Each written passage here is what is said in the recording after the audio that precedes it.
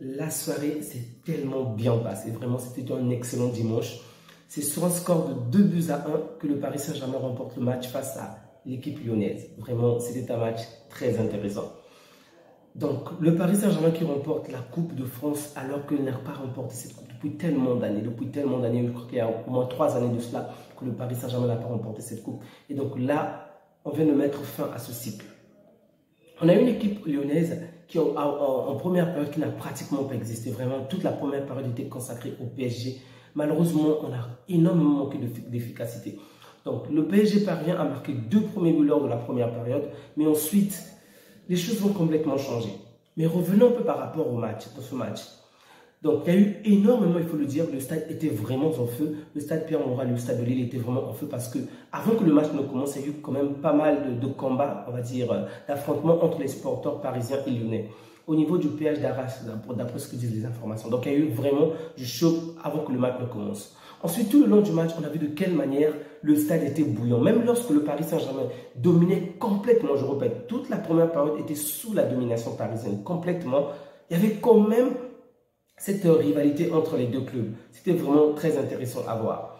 Mais au final, le Paris Saint-Germain termine la première période avec un score de 2 buts à 0. On a un excellent Dembélé, vraiment il faut le dire. Bravo à Dembélé. Donc c'est le 3e but de tête que Dembélé marque de toute sa carrière. Un but à Dortmund, un but au Barça, un but au Paris Saint-Germain. Donc 3 buts. Pour dire que ce n'est vraiment pas son domaine. Donc il s'était très bien positionné et a vraiment eu une mauvaise lecture de jeu du gardien adverse. Et donc il a mis le but de la tête. Ensuite, c'est lui qui va créer l'action, la seconde action, le second but, autant pour moi, de David Ruiz. Je pense qu'il n'est pas patient puisque David Ruiz va d'abord tirer pour la première fois, il va rater. Ensuite, il va réussir à marquer sur le deuxième tir. Donc, pour moi, Dembélé est de très loin l'homme du match. Défensivement, il était présent. Offensivement, il était présent. Il était vraiment partout, vraiment partout. D'ailleurs, on l'a vu, il n'a pas pu terminer le match parce qu'il était éclaté. Très bon match de la part de Dembélé. Donc, le Paris Saint-Germain termine la première partie avec 2 buts à 0. On se dit que le match est terminé. Souvenons-nous que le Paris Saint-Germain a battu Lyon au match aller comme au match retour dans le championnat. 4 buts à 1, 4 buts à 1. Et c'était très facile. Même sans Kylian Mbappé, il y avait une large domination du PSG. Mais aujourd'hui, c'était un peu complexe. Okay, on a vu en première période vraiment un PSG qui pressait. À la moindre occasion, à la moindre perte de balle, il y avait directement des duels. On ne pouvait pas voir un Lyonnais passer 5-6 secondes avec la balle sans qu'il y ait des Parisiens devant lui. Dès qu'il touchait la balle, automatiquement, il y avait 1, voire 2 Parisiens sur lui. C'était vraiment de la bonne pression. Sans oublier les passes. Un excellent jeu, une domination claire et nette. Lyon n'a vraiment pas existé. Et on arrive en deuxième période, alors là, les choses ont complètement changé parce que les Lyonnais sont revenus avec de la force, de la colère.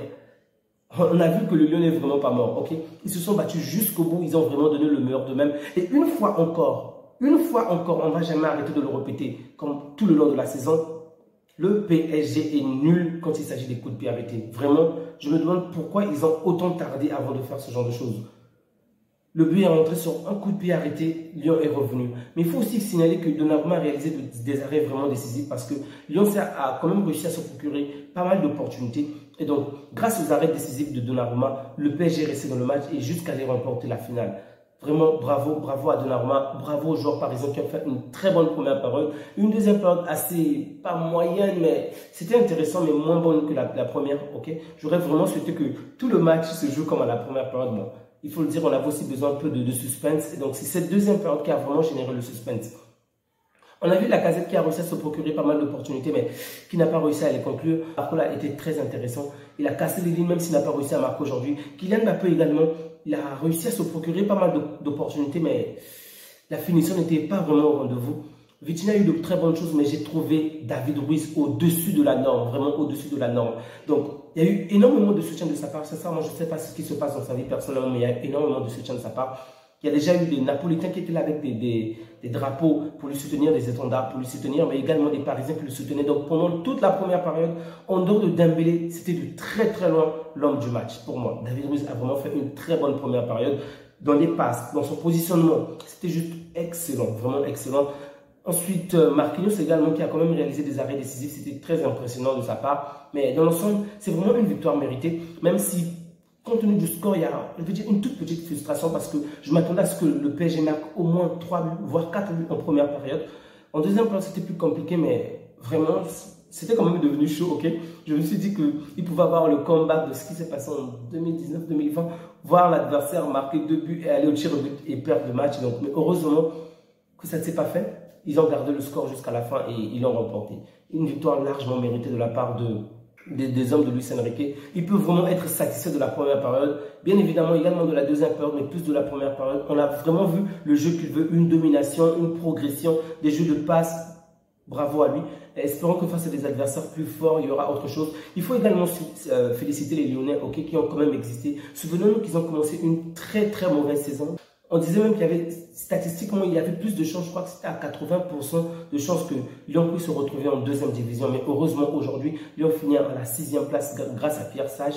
Vraiment, Pierre Sage a su mettre ses joueurs comme il le fallait. Il a su les encourager. Il a vraiment apporté du renouveau dans cette équipe. Et on a vu cette équipe avoir un autre visage. Et donc, c'est ce même visage également qui s'est manifesté aujourd'hui. Une équipe qui commence mal, mais au final qui termine bien. Bon, aujourd'hui, ils n'ont pas réussi à gagner, mais au moins, ils ont montré un meilleur visage en seconde période plutôt qu'en deuxième période. Il y aura quand même de la frustration de leur part, parce que s'ils avaient peut-être commencé de cette manière-là lors de la première période, le match aurait pu avoir une autre tournure. Mais bon, c'est le football, il y a plusieurs scénarios qui se produisent. Et donc, aujourd'hui, ça se termine en faveur du PSG. Quelqu'un va donner le PSG sans Kylian Mbappé, c'est ce qu'on va voir la saison prochaine. Il a clairement fait comprendre que cette équipe va gagner des trophées, oui, ce qui est normal compte tenu de la stature de cette équipe.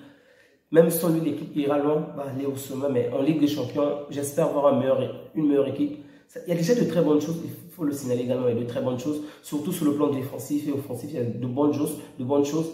Je sais qu'il y aura pas mal de changements, il y aura pas mal de venues, et j'ai hâte de voir cette équipe atteindre notre niveau. On l'a vu, on a posé la question à Luis Enrique, il a un peu évité en ne se donnant aucun nom de joueur, mais il a fait comprendre qu'il y aura d'autres joueurs qui vont certainement rejoindre l'équipe et des joueurs qui sont intéressés par le Paris Saint-Germain, qui veulent jouer pour ce club. Et donc, cette équipe aura un tout autre visage et on espère que ça sera meilleur encore que celui de cette saison. Donc, bravo à Luis Enrique pour la première saison qui termine avec 4 trophées sur 3. 3 trophées sur 4, c'est déjà à féliciter. Bon, la saison prochaine, ça sera certainement différent, mais c'est le PSG de base. Donc, pour moi, les 3 premiers trophées sont pratiquement à la prise du PSG, il faut le dire. Donc, le PSG a les armes nécessaires, les moyens nécessaires pour remporter ces 3 trophées-là. Il manque plus que le 4e. C'est vrai que l'argent ne fait pas tout, ok? Mais par rapport aux armes que le PSG a en sa possession, par rapport aux équipes adverses, c'est un tout petit peu normal, ok? Donc, on s'attend plus à des performances en Ligue des Champions.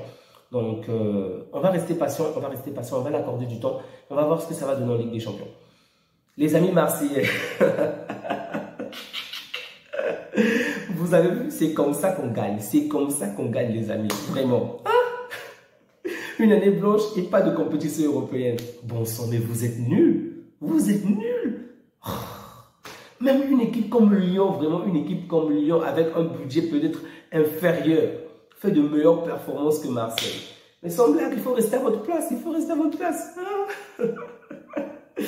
Prenez bien soin de vous, même si la soirée ne s'est pas bien passée pour les Lyonnais. Vraiment, j'ai pitié pour les joueurs lyonnais parce que l'équipe en tant que telle perd l'UEFA féminin et perd également la Coupe de France. Ça fait quand même mal. Mais au moins, cette équipe va jouer une compétition européenne, tandis qu'une autre équipe ne jouera même pas en Europe. Donc, c'est mieux que rien.